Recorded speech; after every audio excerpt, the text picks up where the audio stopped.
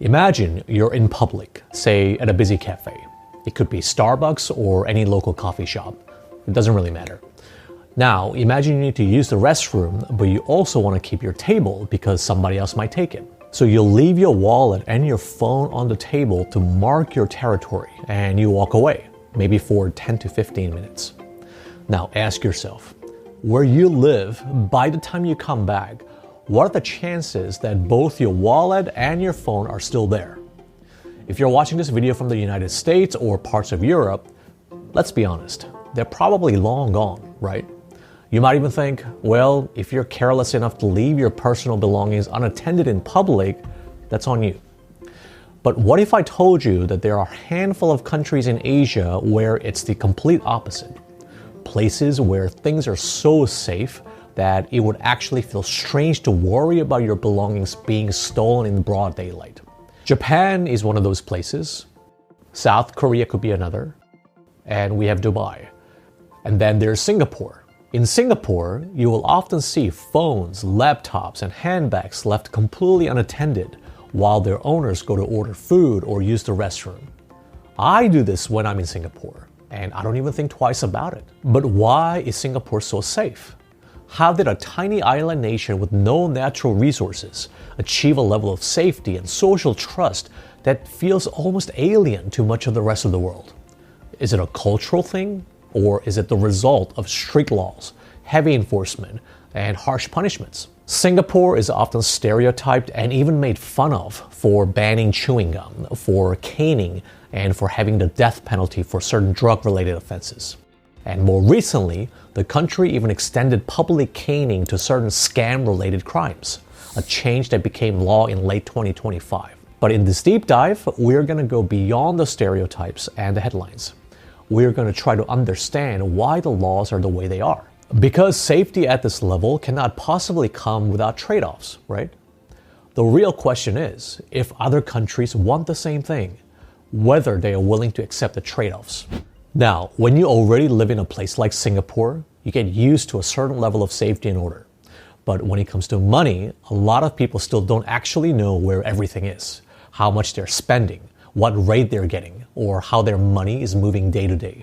How you manage your money matters more than ever in the current economy. And that's why I want to quickly mention today's sponsor, Revolut, an all-in-one financial app we actually use ourselves and by 70 million users worldwide. We even use this Revolut metal card made with 18 grams of stainless steel, which is also fully customizable, and we went with our Stay Curious edition. Revolut isn't just a debit card. Through the app, you get access to improved in-app currency exchange rates for currencies like Chinese yuan, Korean won, Indonesian rupiah, and Vietnamese dong. You can hold 39 currencies and lock in a preferred rate when it's doing well. So if you're traveling, you'll know exactly what you're getting before you exchange, and you can skip lining up at money changers or airport counters. Just think of Revolut as the only app you'll ever need when you're traveling, because they also offer eSIM data plans for you to stay connected before you land. Forget physical SIM card. Revolut eSIM can be used in over 100 countries, and all you need now is your passport, your mobile phone, and Revolut app to travel. The best part? If you're among the first 200 people to sign up for Revolut and spend just once through this QR code right now, you'll get $50. That's real money you can use however you want. So scan the QR code or hit the link in the description before the offer's gone. All right, let's get back to the deep dive.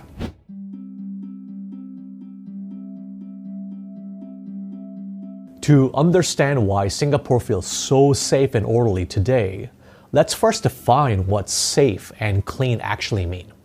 Because sure, you might argue that parts of the US or Europe are relatively safe and clean. So where is the bar set in the Singaporean context? Imagine a country so safe that, like I said earlier, people just don't really worry about having their personal belongings stolen. Hardly any pickpocketing.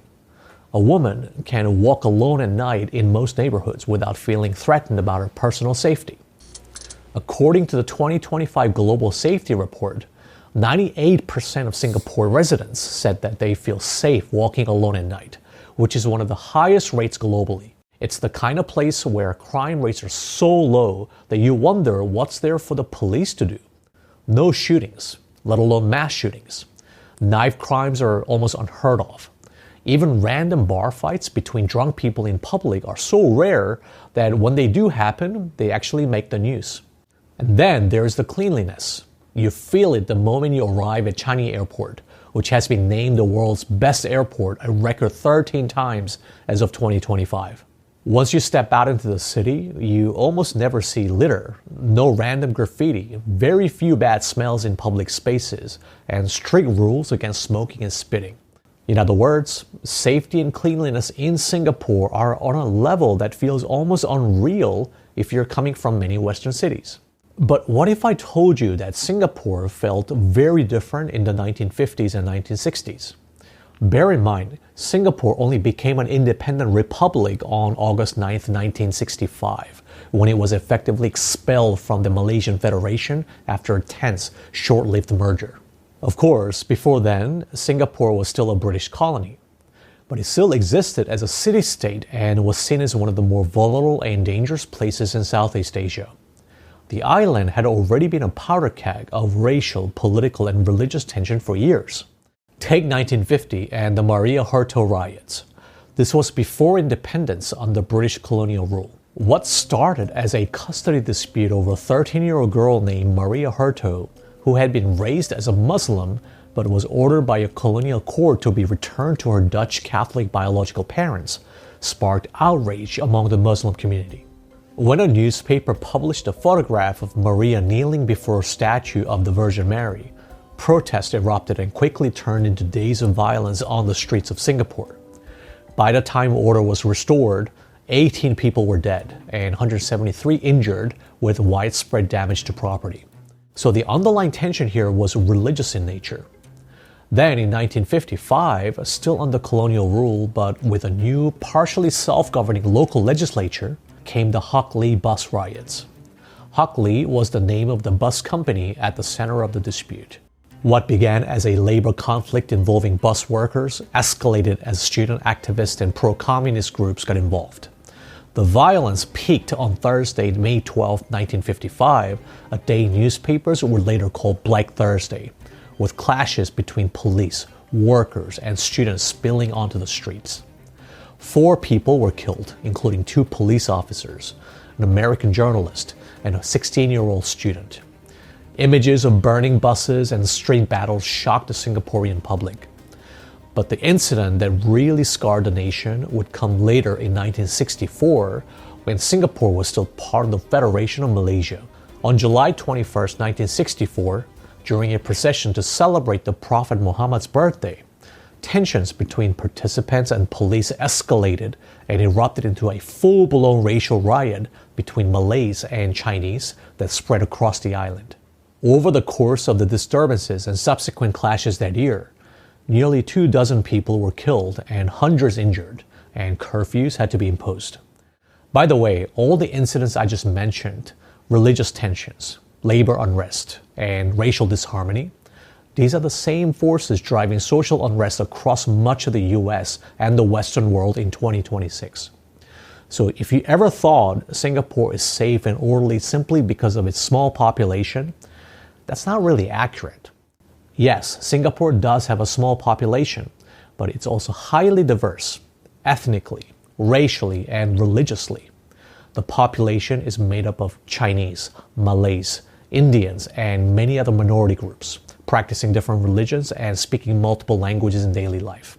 In theory, Singapore should have remained just as messy and fragile as many other diverse societies.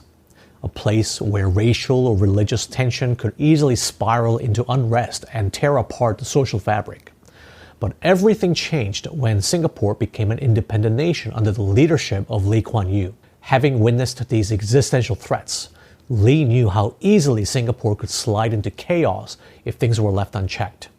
Lee realized that Singapore did not have the luxury of tolerating chaos because their very survival was at stake. It is this realization that led to what political scientists will later call the vulnerability thesis.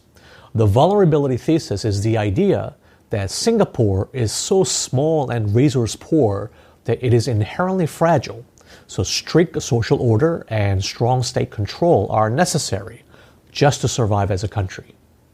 Remember, Singapore has no natural resources, not even enough fresh water, and the only thing keeping the country alive is order. Lee's thesis was, if the streets are safe, the laws are strict, and the systems are efficient, multinational corporations will invest in Singapore. If not, if there's not even a hint of the chaos seen in the 1950s and 60s, the investors will leave and the country will collapse. So Lee Kuan Yew implemented two things. First, just 2 years after independence, he introduced national service, mandatory military conscription for all male citizens and second-generation permanent residents. Every young man, regardless of race or religion, would serve together, train together, and if necessary, fight together. It wasn't just about defense, it was about forging a shared Singaporean identity out of a population that had been divided along ethnic and religious lines just years earlier. If you've bled alongside someone in training, it's harder to see them as the other. Second, and this is where the Singapore model radically diverges from the West, Lee explicitly rejected the Western liberal democratic model. While Western nations in the late 20th century were moving towards liberal democracy, prioritizing individual rights, freedom of speech, and the right to protest, Lee Kuan Yew argued that for a developing Asian society, Western-style liberalism would lead to chaos, gridlock, and decline. Instead, Lee became one of the most prominent advocates of a communitarian Asian values model, arguing that in societies like Singapore, social harmony and economic survival had to come before Western-style individual rights. He repeatedly warned that absolute free speech would import ideological conflict and undermine social harmony in multiracial Singapore. This was the social contract. You, as a citizen, surrender certain civil liberties and individual freedom in exchange for physical security and safety, economic growth, and efficient public services. This means you also have the duty to obey the law, to avoid inflaming racial and religious tensions, to keep public spaces clean, and to trust that the government knows where to draw the line. It's very different from the American mindset, right? Imagine how most Americans would react if they were asked to trust their government to make the right decision for them. So this begs the question, how did Lee Kuan Yew actually get people to agree to this? Did the people of Singapore just wake up one day and voluntarily surrender their individual rights and freedom of speech in exchange for safety? Was there even a debate or vote? The answer is yes. They voted, but the circumstances were unique. To understand the buy-in, you have to look at the 1968 general election, the first election Singapore held as a fully independent nation. By this time, the main opposition party, the Barisan Sosialis, who was left-wing and pro-communist, made a massive strategic blunder. They decided to boycott the election, calling Singapore's independence phony and refusing to participate in what they saw as a rigged system. The result was that Lee Kuan Yew's party, the People's Action Party, or PAP, won all 58 seats in parliament. This meant that for over a decade, there was effectively zero opposition in parliament. Lee didn't have to navigate gridlock, debate with detractors, or water down his policies to please a coalition. He could pass any law he deemed necessary for survival. It gave the government a blank check to re-engineer society from the top down. But fear and political maneuvering alone don't explain why the system lasted so long, because you cannot just force a population to comply forever just by scaring them or arresting dissidents. Lee knew that to make this approach sustainable, the trade-off for giving up certain civil liberties had to be good and real. What if in exchange, we give you a job, a roof over your head, and a future for your children? And he delivered in a concrete and tangible way. First, he tackled the housing crisis. In the 1960s, many Singaporeans lived in overcrowded squatter settlements with no sanitation. That reality was laid bare in 1961 when the Bukit Ho Swee fire tore through one of the largest squatter areas in Singapore, leaving about 16,000 people homeless overnight. The disaster became a turning point, accelerating the government's push for mass public housing. The government launched a home ownership scheme, building massive amounts of high-rise public housing known as HDB flats, and selling them to citizens at subsidized rates. By making Singaporeans homeowners, he gave every citizen a literal stake in the country. If the country fell into chaos, their property value would crash, so they would now have a financial incentive to support order. Second, Lee tamed the unions. In the late 60s, Singapore had a reputation for strikes and labor unrest, which scared away foreign investors. Lee told the unions, if you continue to strike, the investors will go to Hong Kong or Taiwan and you will starve.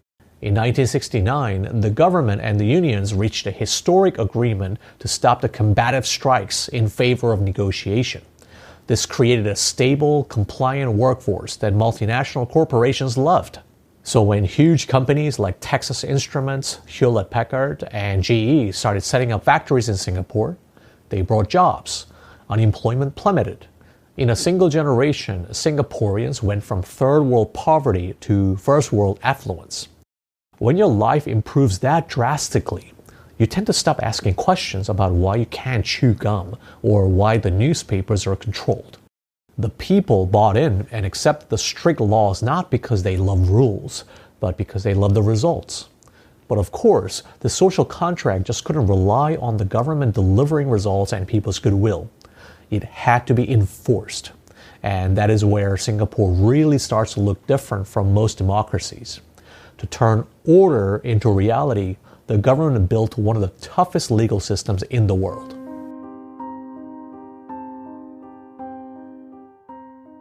If you've heard anything about Singapore's laws, this is probably where your mind goes. The ridiculous rules people love to turn into memes. You know what I'm talking about? The ban on chewing gum, fines for spitting, even stories about getting in trouble for being naked in your own room if someone else can see you from outside. On the surface, it all sounds like overkill, as if the government is micromanaging every tiny part of people's lives for no reason. But now that you understand the chaos of the 1950s and 60s, and the whole vulnerability thesis we talked about in the previous chapter, these laws start to look less like random control and more like part of a much bigger strategy to make sure Singapore never goes back to being fragile and unstable again. And from our research, there's intentionality and reasoning behind seemingly every silly law. So let's go through a few of them. One of the most famous examples is the chewing gum ban. For years, people weren't just spitting gum on the sidewalks. They were sticking it on elevator buttons, on the bus seats, and crucially, on the door sensors of the MRT, Singapore's metro system. In 1991, there were several incidents where gum jammed MRT doors so they couldn't close properly, causing service disruptions and expensive repairs on a brand new rail system the government saw as the backbone of a modern city. That was a tipping point. In 1992, Singapore banned the sale and import of chewing gum because a small number of vandals were literally jamming on national infrastructure. Then there are the anti-spitting laws, which came from specific public health fears, not just a random obsession with manners. Spitting was actually common among early Chinese immigrant communities and was believed to help spread diseases like tuberculosis, which is interesting because the Chinese migrants themselves believed that keeping phlegm in the throat was unhealthy and that spitting could ward off bad luck or ill will. Anyway, in the 1980s, the government launched stop spitting campaigns, plastering posters everywhere and warning that spit could transmit serious respiratory illnesses. And when SARS hit in 2003, anti-spitting enforcement ramped up again because Singapore recorded about 238 SARS cases and 33 deaths. So people started getting fined and publicly named for spitting in public spaces because in a dense, tropical city like Singapore, a single bad habit could turn into an outbreak. The point is, Singapore's legal system is fundamentally built on the idea of protecting the public through deterrence and enforcement. The message is simple. Don't do this, because if you do it here, you're not just breaking a rule, you're disrupting society as a whole. And the consequences will be severe and very public. The underlying belief is that if people see harsh penalties applied consistently, most will never dare to cross the line in the first place. And the magic word here is enforcement. Having strict laws is one thing, but actually enforcing them is a whole other issue. Perhaps the most controversial aspect of this enforcement is the death penalty, especially for drug-related offenses. While a lot of countries are debating abolition or at least narrowing when executions can be used, Singapore's leaders have repeatedly said that the death penalty is one of the reasons Singapore remains safe. Singapore's modern drug laws were born in the 1970s, when the government believed that the country was facing a serious heroin epidemic among young Singaporeans. I didn't even know this, but apparently, heroin use exploded in Singapore by the mid-1970s. Arrests for heroin jumped from less than a dozen in the early years to more than 5,600 in 1976, and officials estimated around 13,000 heroin addicts in a population of just over 2 million, roughly 3% of young males.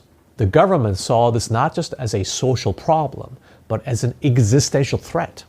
If a small resource-poor country lost a chunk of its young male workforce to addiction and crime, there would be nothing left to build an economy on. The line you'll often hear is something like this. Yes, a single execution is tragic, but letting drug syndicates flood a small country with narcotics would be a far greater tragedy. If the choice is between harsh laws that scare traffickers away or soft laws that lead to widespread addiction and crime, Singapore chooses the first option without hesitation. The law is so harsh that above certain quantities, it doesn't just punish possession, it presumes you are a trafficker. Under the Misuse of Drugs Act, anyone convicted of trafficking more than 50 grams of pure heroin, 30 grams of cocaine, 500 grams of cannabis, or 250 grams of methamphetamine faces the possibility of the death penalty. To put that in perspective, 15 grams of pure heroin is roughly half an ounce, and Singapore's Home Affairs Ministry says that the amount can be packed into about 1,250 straws and feed the addiction of around 180 drug users for a week. In other words, the thresholds might sound tiny if you're used to big city drug bust on a Western news, but Singapore frames them as wholesale quantities with serious real-world impact.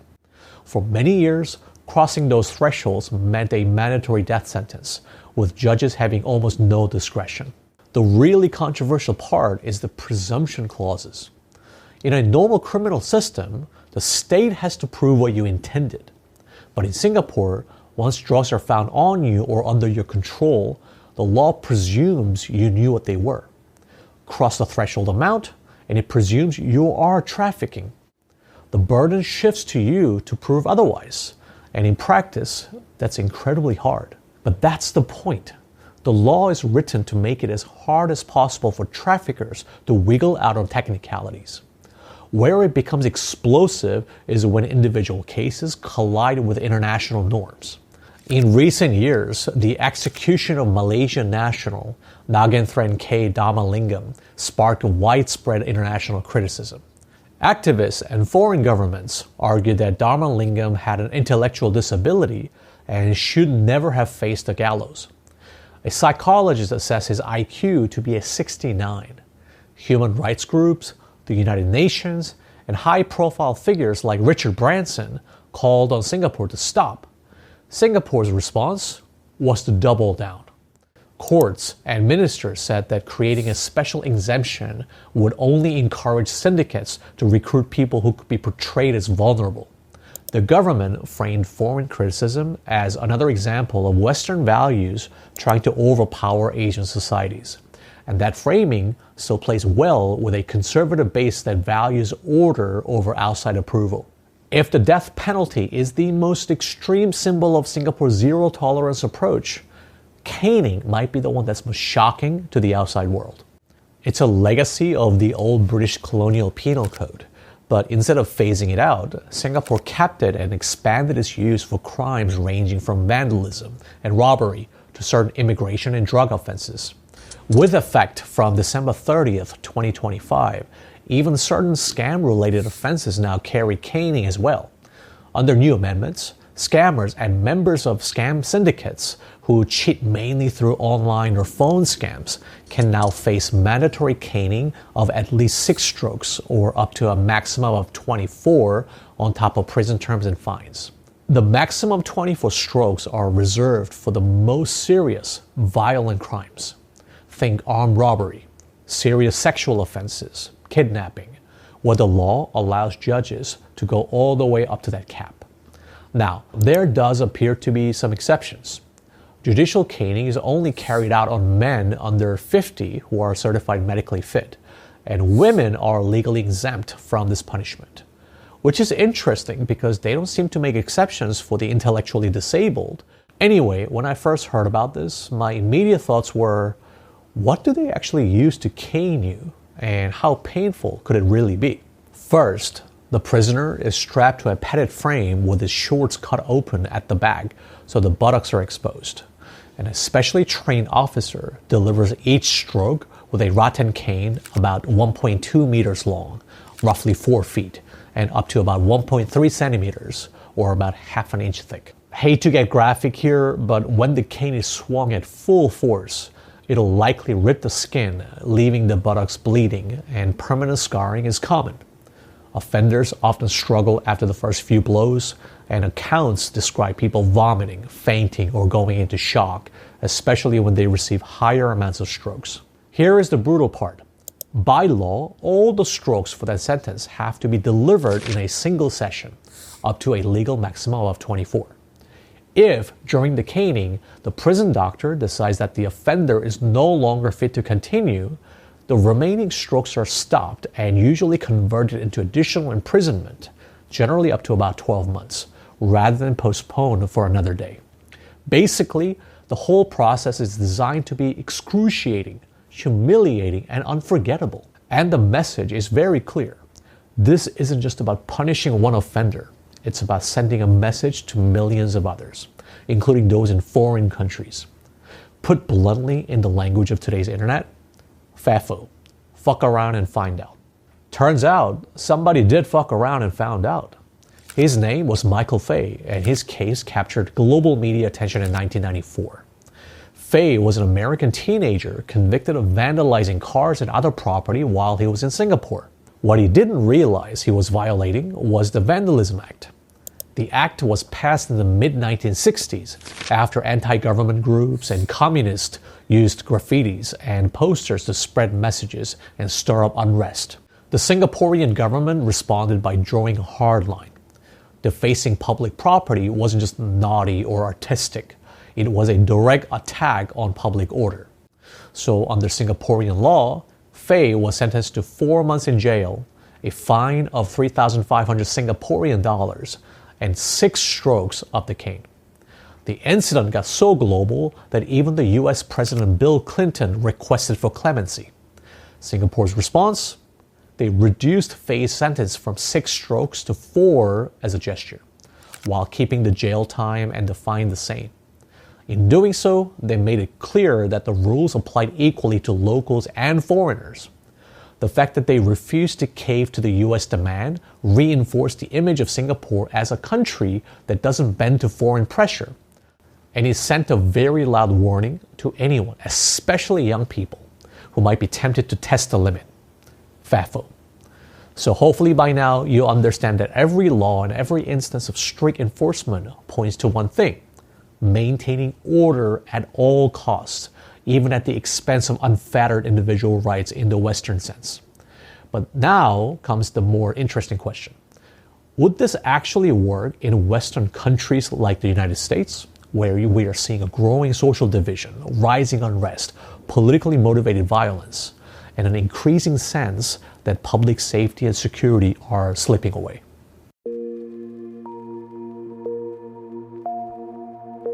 So if you visit countries like Singapore, Japan, and South Korea and think to yourself, why can't we have that at home?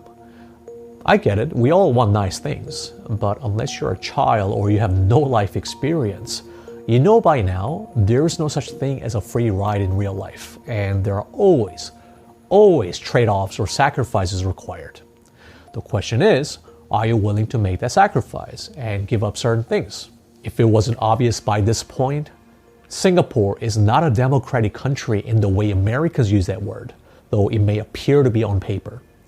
Singapore has been ruled by the same party, the People's Action Party that Lee Kuan Yew founded, since 1959, before it even became fully independent. The party came into power with zero opposition via the extraordinary circumstances I described earlier, and that one party has effectively held power for more than 6 decades straight. Singapore's ultimate strength is centralization. One dominant party, one unified message, strong tools to discipline society. But the moment you try to copy and paste the Singapore model onto the US, because a lot of Americans wish for Singapore-like levels of safety and order, you would run into at least 3 hard walls. First, constitutional rights, protections around free speech, due process, unreasonable searches, and cruel and unusual punishment make things like caning and broad presumption of guilt clauses almost impossible without rewriting the fundamental legal order, which is not going to happen. The US is a federal republic with checks and balances between the president, Congress, the courts, and 50 state governments that all guards their own turf. Second, political culture. Americans, for good historical reasons, are deeply suspicious of concentrated state power. According to the Pew Research Center, just 17% of Americans now say they trust the government to do what is right just about always or most of the time. Regardless of their political affiliation, asking them to trust the government the way Singaporeans do would be like asking Singaporeans to be okay with guns at every Walmart. Not happening. Third, social cohesion. The Singapore model depends on a shared story about national vulnerability. In Singapore, you may be Chinese, Malay, Indian, or other, but you're still told from school to National Day speeches that you're part of one tiny fragile island that survives only if everybody plays by the same rules. In America, that kind of common story used to be wrapped up in ideas like the American dream, the melting pot, and a belief that whatever your background, you could move up if you worked hard and took a chance. But that story is breaking down. A lot of you can probably see this in your own feeds. People aren't just disagreeing on policy. They don't even agree on what American values mean anymore, or who they apply to, or sometimes even what language the country should be speaking. One side talks about freedom and patriotism and feels the country is being lost. The other side talks about inclusion and justice and feels the system was rigged from the start. Many people, especially younger generation, are simply checked out and cynical. Instead of a shared creed that cuts across race, religion, and class, you've now got parallel realities, each with its own set of facts, media, heroes, and villains. In that environment, every new law or enforcement action is assumed to be a partisan weapon in disguise. So where Singaporeans broadly accept tough laws as something that applies to all of us in the name of survival, Americans increasingly assume those same kinds of powers would be used by them against us. In a society that fragmented, importing Singapore-style zero tolerance would be more like pouring gasoline on a culture war that's already getting out of control. Think about it. In Singapore, since 2012, the police have rolled out more than 90,000 police cameras across public housing estates, car parks, and neighborhood centers. And they say those cameras help solve over 7,500 cases. And Singaporeans are fine with this because giving up some privacy in public spaces means your kid can get home safely at 10 p.m. That's a good deal for them. Do you think the Americans would support the idea of the government covering entire cities with CCTV cameras and then combine it with tough sentencing and broad police powers? Of course, the answer is no. Then you have the Online Criminal Harms Act, which lets Singapore order tech companies to block accounts, links, or whole services suspected of facilitating scams even before a crime is fully proven in court. In a small high-trust country with one dominant party and strong faith in technocrats, a lot of Singaporeans accept this because they know this keeps things orderly and safe. In the US, where trust in government and big tech is already at the rock bottom, giving federal agencies this kind of preemptive power would likely trigger instant backlash from both the left and the right. And underneath all of this is what I think is the real problem. It's not just that Americans don't trust the government. is that a huge chunk of the country no longer trusts the system to give them a fair shot. Most Americans, just like people everywhere else, just want to be able to afford groceries, own a home, and feed their family.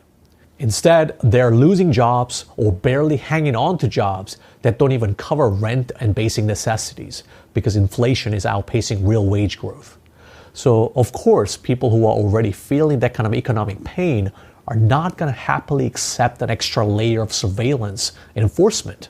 From their perspective, the promise to gain in safety doesn't come close to justifying yet another loss of freedom and control over their lives. If you feel like the system isn't delivering, why would you ever give it more power? By the way, Singapore started to experience a version of the same tension. The fundamental promise was clear. In exchange for surrendering some individual rights for the greater good of society, you would get a stable job, an affordable home, and a safe environment to raise a family. That was a social contract. The safety part is still very strong. But what's happening right now is that the influx of wealthy expats and billionaires are putting real pressure on the Singaporean middle class. Even public housing is no longer as affordable as it used to be. And by many accounts, it's simply getting too expensive for an average middle class household to live the way previous generations did. And when that happens, the deal starts to feel lopsided. You're still living with the tight rules, but the economic return on investment that made those rules tolerable doesn't feel as guaranteed as it once did. At the end of the day, the lesson from Singapore isn't that harsh laws magically create safe societies. It's that order only works when people believe the system is working for them. Singapore's zero-tolerance model functions because its founder, Lee Kuan Yew, literally dedicated his life to building the country and delivering tangible improvements for ordinary Singaporeans, at least for the previous generation. So many had no reason to doubt or distrust the government. In the US, for a lot of people, that kind of payoff is unfortunately not as visible, and they're losing trust in the system fast. Once the trust starts to crack, enforcement alone cannot hold a society together. You cannot punish your way out of a system people no longer believe in.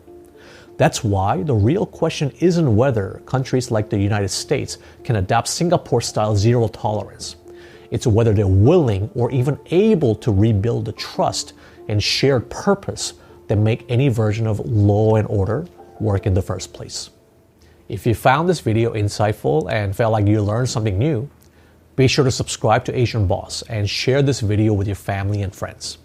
We really tried our best to do deep research and fact-check objectively because I just want you to understand the core issue, learn lessons from it, and develop your own critical thinking. To that end, our approach to creating content has always been to get the most authentic on-the-ground insights from locals. So let me know in the comments about your own experiences, stories, and different perspectives regarding this topic. If you want to go one step further, I have a suggestion.